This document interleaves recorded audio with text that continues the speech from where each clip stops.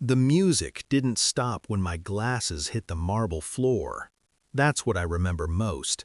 Violins kept crying, guests kept smiling, champagne kept flowing, and my vision, blurred, crooked, caught my wife's mother lowering her hand, fingers still trembling from the slap she'd just given me. "Keys," she said again, calm, certain, like she was asking for what already belonged to her. 50 guests, phones half raised, faces hungry. My wife stood beside her, eyes fixed on the centerpiece like it held the answer to everything. I bent down slowly and picked up my glasses. No one moved. No one breathed. I put them back on, adjusted them, and said quietly, "No." The slap came fast, sharp, public, a correction. Something inside me went very still. I tasted blood, smiled faintly.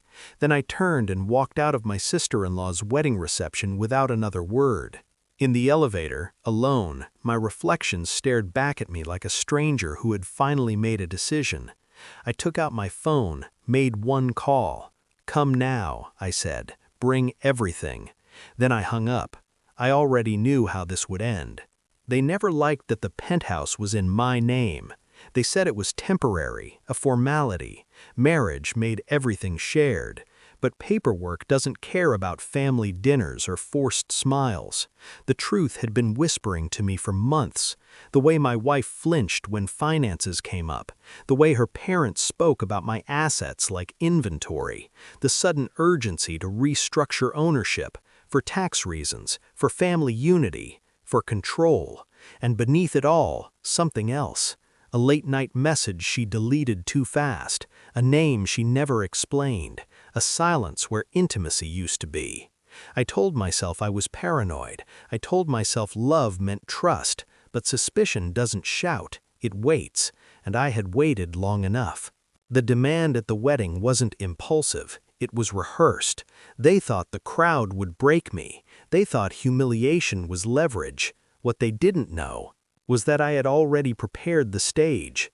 They were celebrating love. I was preparing an autopsy.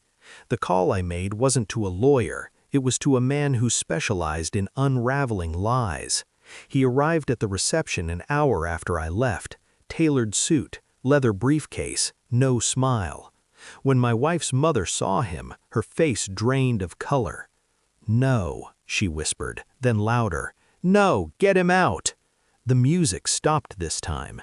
He introduced himself. Federal investigator, financial crimes.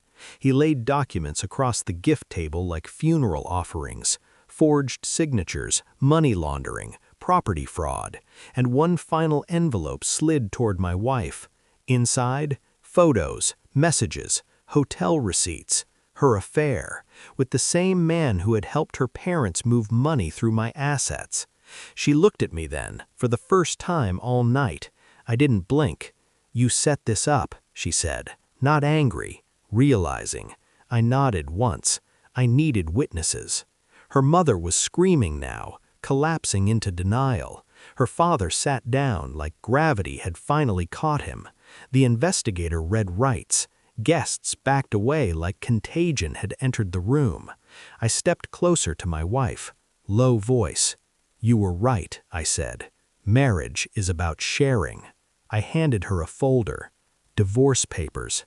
Asset protection clauses already activated. She owned nothing. Not the penthouse, not the accounts, not even the lie she'd built her life on. "I loved you," she whispered. I believed she believed that. "I know," I said. Then I walked away. Weeks later, the penthouse was quiet. Sunlight across glass, city breathing below. I poured a drink I didn't need. I thought about the slap, about the crowd, about how power always mistakes silence for weakness. I didn't feel angry. I felt clean. Some betrayals don't break you, they clarify. And as I locked the door behind me for the last time, I realized I hadn't lost a home. I had escaped a cage, and I never looked back.